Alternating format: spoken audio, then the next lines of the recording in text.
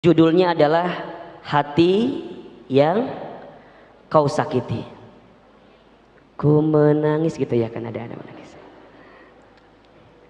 Pertanyaan pertama, kenapa hati itu bisa sakit atau merasa disakiti atau merasa tersakiti? Dari sekian banyak jawaban yang barangkali bisa kita rasakan, kalau boleh Ahilman menjawab, di antara alasan utama kenapa hati kita merasa disakiti atau tersakiti, jawabannya adalah karena bisa jadi hati ini terlalu banyak berharap kepada selain Allah Subhanahu wa ta'ala. Jawabannya itu saja. Kenapa bisa merasa sakit? Kenapa bisa merasa terluka? Barangkali selama ini ada harapan dari keinginan hati yang seharusnya disandarkan satu-satunya kepada Allah, tapi banyak di antara kita yang menyandarkannya bukan kepada selain Allah, yakni kepada manusia. Banyak mahasiswa yang galau ketika kuliah karena yang dalam benaknya dia lebih banyak bersandar kepada siapa? Kepada siapa? Halo, kepada siapa? Dosennya atau kepada temennya. Seringkali kita menemukan ada satu angkatan atau satu kosan, satu kontrakan, kita bilang sama dia, bro, nanti kalau lu lulus jangan ninggalin gua. Betul apa enggak? Dan kita sepakati obrolan itu.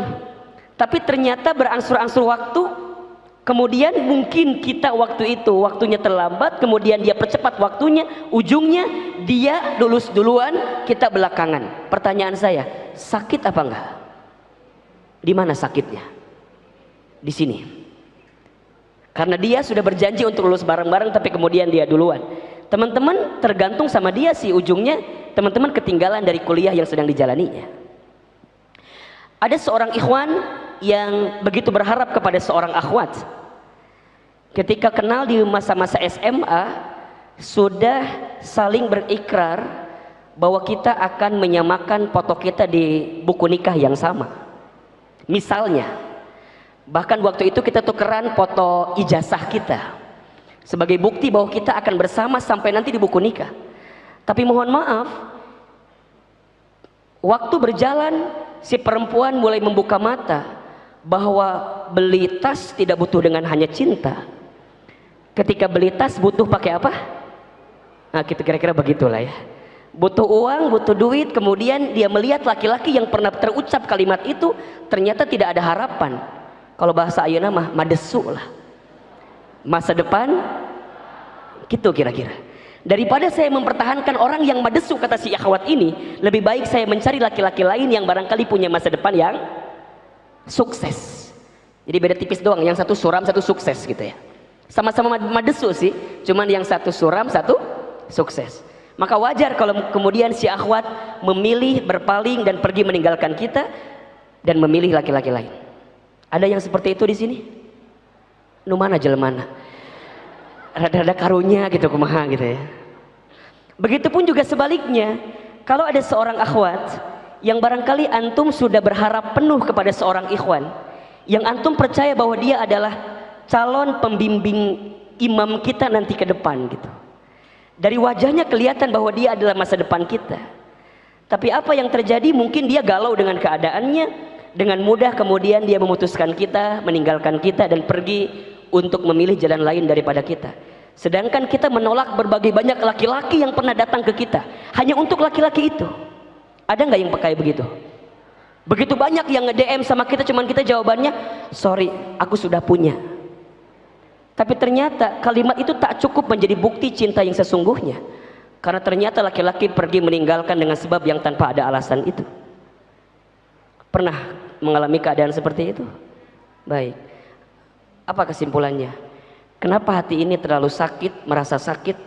Karena terlalu banyak berharap kepada manusia. Ustadz, Ahilman, apakah salah saat kita berharap kepada manusia? Tentu salah.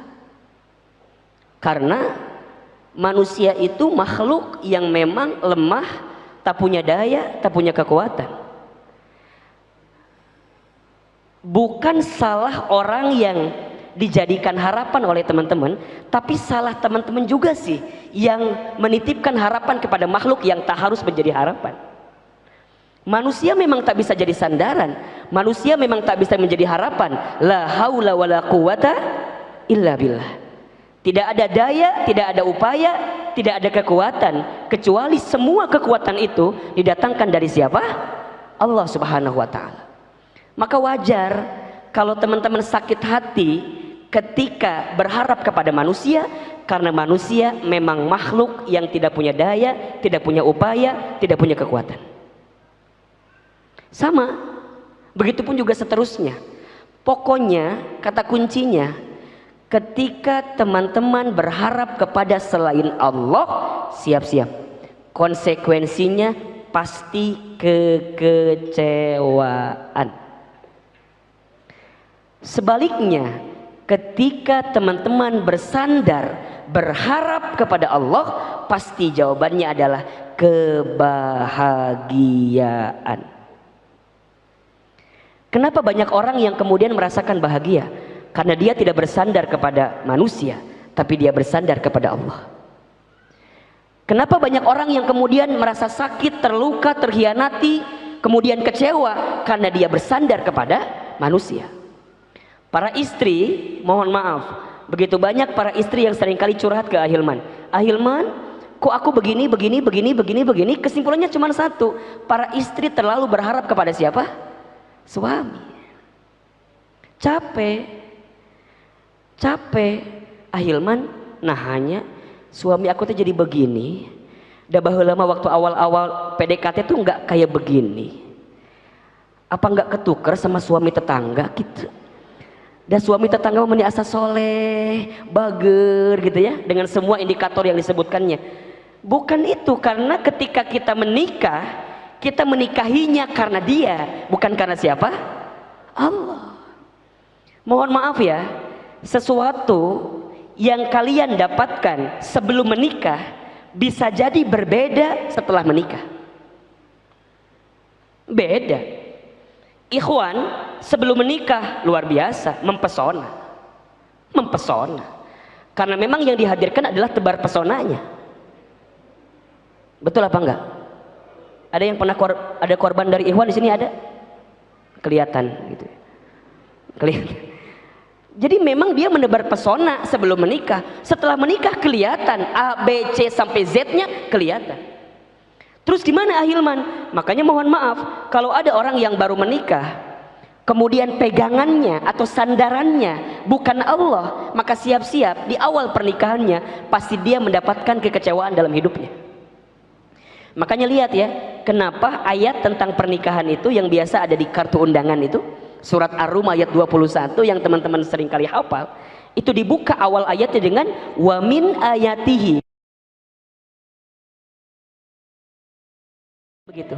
Dan di antara tanda-tanda kekuasaan Allah, maksudnya adalah di antara tanda-tanda yang mendekatkan dirimu dengan Allah. Artinya, kalau antum berumah tangga, kalau kita berumah tangga, ingin rumah tangganya bahagia, maka jadikan indikator pertamanya adalah rumah tangga itu untuk mendekatkan kita dengan Allah Subhanahu wa taala. Kalau rumah tangga di awal pernikahan malah membuat kita jauh dari Allah, agenda-agenda bersama yang dulu kita pernah jalin bersama, ada perasaan cinta bersama di awal sebelum menikah, dekat karena Allah, tapi saat di awal berumah tangga menjauhkan dia dari Allah, maka siap-siap dia akan kecewa dibuatnya. Dulu sebelum nikah rajin ngaji dua-duanya misalnya, rajin ngaji, ikhwannya rajin ngaji, akhwatnya rajin ngaji, bahkan dia pun bertemu di tempat pengajiannya. Tapi mohon maaf, kalau saat dia menikah meninggalkan kebiasaan dulu yang pernah dirangkai bersama dalam kebersamaan ketika ngaji sebelum menikah, maka mohon maaf, Ahilman bisa pastikan, mohon maaf ya, mungkin kita akan mendapatkan kekecewaan karena kurang ruhaninya, kurang ruhiyahnya, kurang chargingnya yang bisa menguatkan kita. Teman-teman dulu nganggur misalnya, nggak punya pekerjaan. Di saat kondisi seperti itu kita langsung mencari jalan kan untuk bisa mendapatkan kebaikan di sisi Allah. Kita datang ke masjid, kita ngaji dan segala macamnya. Sampai kemudian kita mendapatkan ketenangan. Hati-hati ketika teman-teman nanti punya dapat pekerjaan, jangan tinggalkan kebiasaan yang sebelum dapat pekerjaan itu.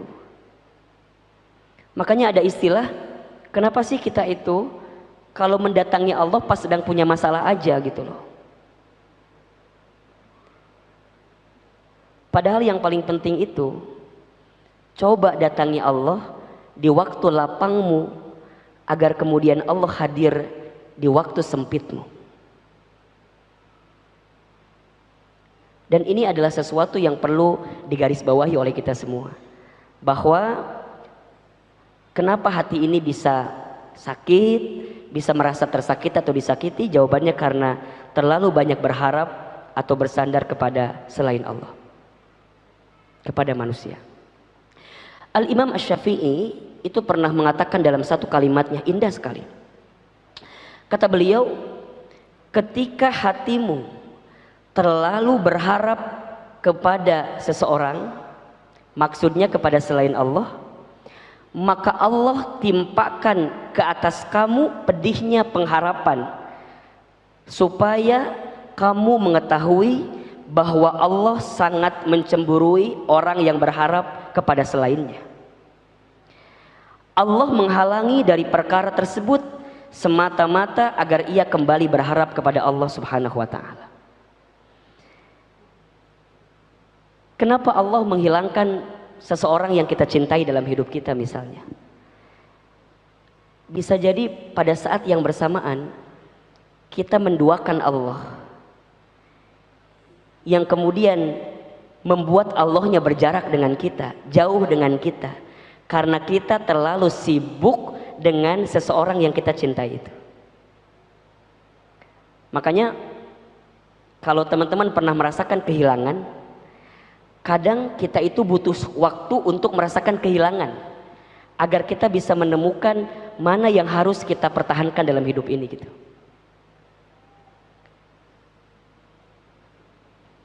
Waktu zaman jahiliyah, ketika teman-teman sering atau pernah dekat dengan seseorang,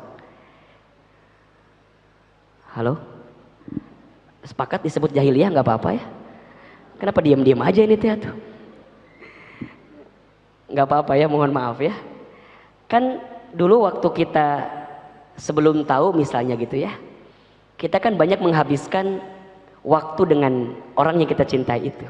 Betul apa enggak? Bangun dari tidur, yang kita pikirkan siapa? Dia. Mau makan, yang kita pikirkan siapa? Dia. Habis makan, yang kita pikirkan siapa? Dia. Mau berangkat kemana-mana, lapor sama siapa? Dia. Lagi ngapain di tempat tujuan, kita bilang sama siapa? Dia. Mau pulang dari tempat tujuan ke rumah kita, bilang apa enggak? Bilang. Sama siapa bilangnya? Dia. Mau mandi, bilang apa enggak? Bilang. Aku mandi dulu ya. Sorry ya kalau aku nggak langsung balas chat kamu. Kenapa? Aku mau mandi dulu. Terus kita jawab, dia jawab kan, mandi yang bersih ya sayang. Mandi yang bersih. Terus akhirnya tuh kadang-kadang bingungnya, emang apal bersih atau hente gitu. Kumaha coba membuktikan bersih dan tidak gitu. Kudu dipoto gitu, dikirimkan yang orang geus bersih mandina kan nggak bisa juga gitu.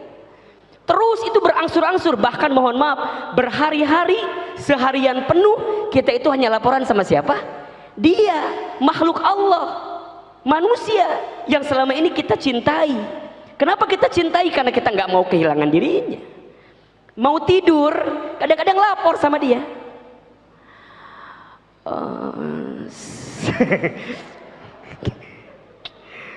Kumahanya asa teu kebayang sayang, malam ini aku ngantuk banget, aku bobo duluan ya. Sok, mohon maaf. Kadang kita suka ngejawab gini, oh ya udah kamu istirahat aja, tapi aku jadi bete nggak ada yang nemenin gitu loh. Suruh sare tapi ngomel, kumaha kabayang tuh. Silahkan aja tidur tapi kemudian dia curhat aku nggak ada yang nemenin. Pernah nggak ngalamin kayak gitu teman-teman? Pernah? Cik atuh mikir teh naonan sih eta teh naonan sih gituan teh. Dan meni asa nggak ada ujungnya eta teh. Ujungnya karena kita peka punya perasaan cinta kepada dia, kita akan bilang sama dia, oh ya udah kalau gitu aku temenin dulu aja sebentar ya. Ya sebentar aja deh, aku nggak bisa tidur kalau nggak dapet chat dari kamu. Liur eta mah kan. Udah, akhirnya chat-chatan panjang dan mohon maaf setiap malam yang diomongin itu hal yang sama. Betul apa enggak? Kamu udah makan apa belum? Nges. Nanya wae geus dahar atau encan. Tadi kamu makan pakai apa? Maknya kudu dijelaskan kabehanana. Sayur asem, jengkol, ati, maknya.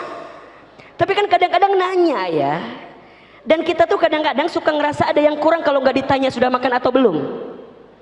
Kita tahu itu pertanyaan yang membosankan, tapi kadang-kadang kita suka nanya, kok kamu nggak nanya aku udah makan apa belum sih? Kamu beda banget sih hari ini sama kemarin. Ngeluh terus, akhirnya itu berlanjut. Yang tadinya mau sebentar, jadinya lama atau sebentar? Lama. Kenapa? Karena setan masuk mempengaruhi obrolan di antara mereka berdua. Dan biasanya kalau sudah tidak ada obrolan lagi, obrolan yang keluar adalah hal-hal yang berbau kepada maksiat. Pasti itu. Pasti itu. Setan sudah masuk masalahnya. Dari awal setan sudah membuntuti dia. Saat dia mencintai berlebihan kepada makhluk, dia berharap kepada makhluk, dia bersandar kepada makhluk, dia takut kehilangan makhluk itu, setan ikut campur agar di waktu itu teman-teman lupa dengan Allah Subhanahu wa taala. Ujungnya apa? Ih nggak kerasa loh kita udah jam 12 malam. Tidur yuk. Yuk.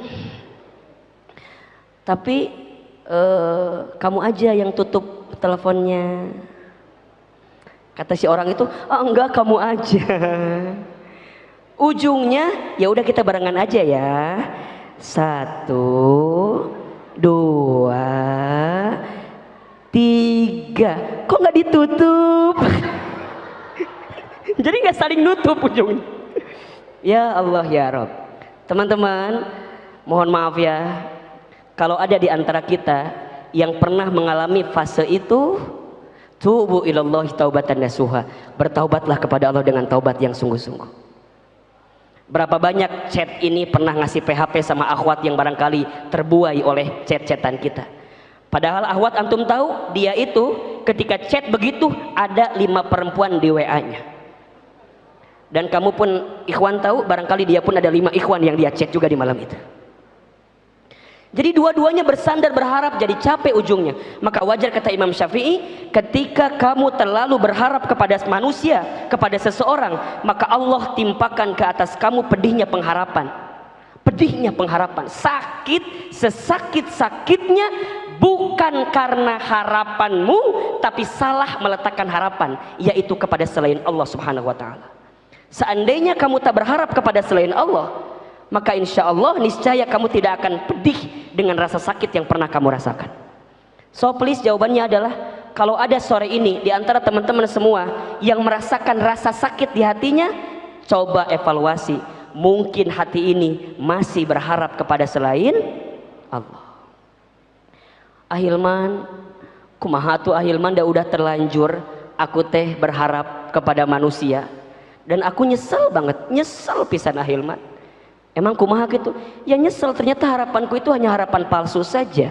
Kemudian dia pergi dan mengecewakan saya. Terus gimana? Sekarang sakit itu belum reda Ahilman, belum terobati. Gimana caranya agar pulang dari sini, keluar dari masjid ini, teman-teman yang masih ada perasaan hati yang disakiti, keluar dari sini akan berubah menjadi hati yang terobati, yang akan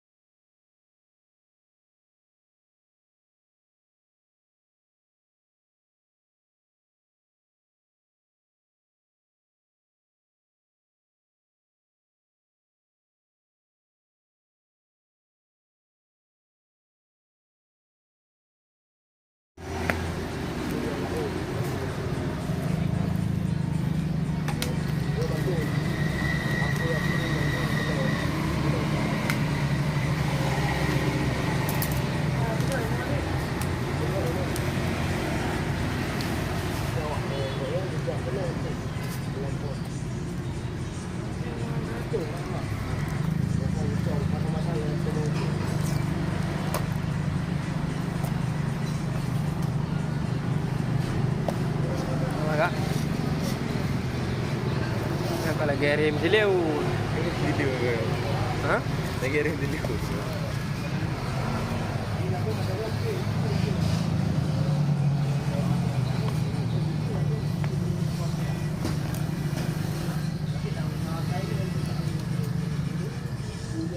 Udah,